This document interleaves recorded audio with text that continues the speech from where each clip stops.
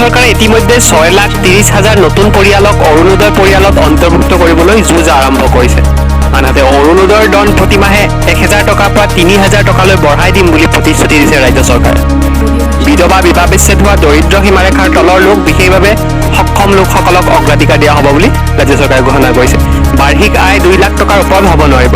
প্ৰতি মাহৰ 10 তাৰিখে ডিবিটিৰ জৰিয়তে হিতাধিকাৰীৰ একাউণ্টলৈ পোনপটীয়াভাৱে ধন হস্তান্তৰ কৰা হ'ব। কি নথিৰ প্ৰয়োজন হ'ব, আবেদন কেনেকৈ কৰিব, নতুন আপডেট অহাৰ লগে লগে আপোনালোকক জনাই দিয়া হ'ব। খুব কম দিনৰ মাজতেই আবেদন প্ৰক্ৰিয়া আৰম্ভ হ'ব।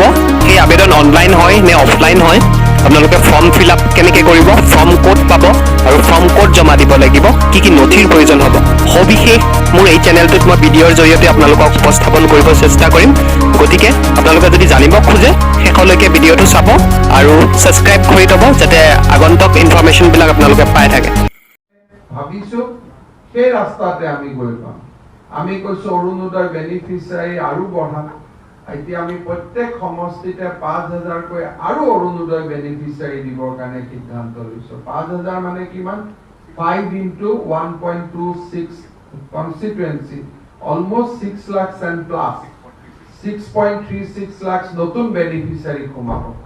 আজি আপোনালোকে চিন্তা কৰক, কেইদিনমান আগতে মই উত্তৰাখণ্ড চৰকাৰৰ এটা এডভাৰটাইজ দেখিছিলোঁ দিল্লী। ভালে কৰিছে, 230 কোটি টকা তেওঁলোকে ডিবিটি কৰিছে একেলগে। ভাল স্কিম। খালি মই ঘূৰি আহি চিন্তা কৰিলোঁ, আজিকালি আমি মাহৰ 10 তাৰিখে প্ৰত্যেক মাহত 230 কোটি টকা আমি এৰি দিওঁ মানুহক।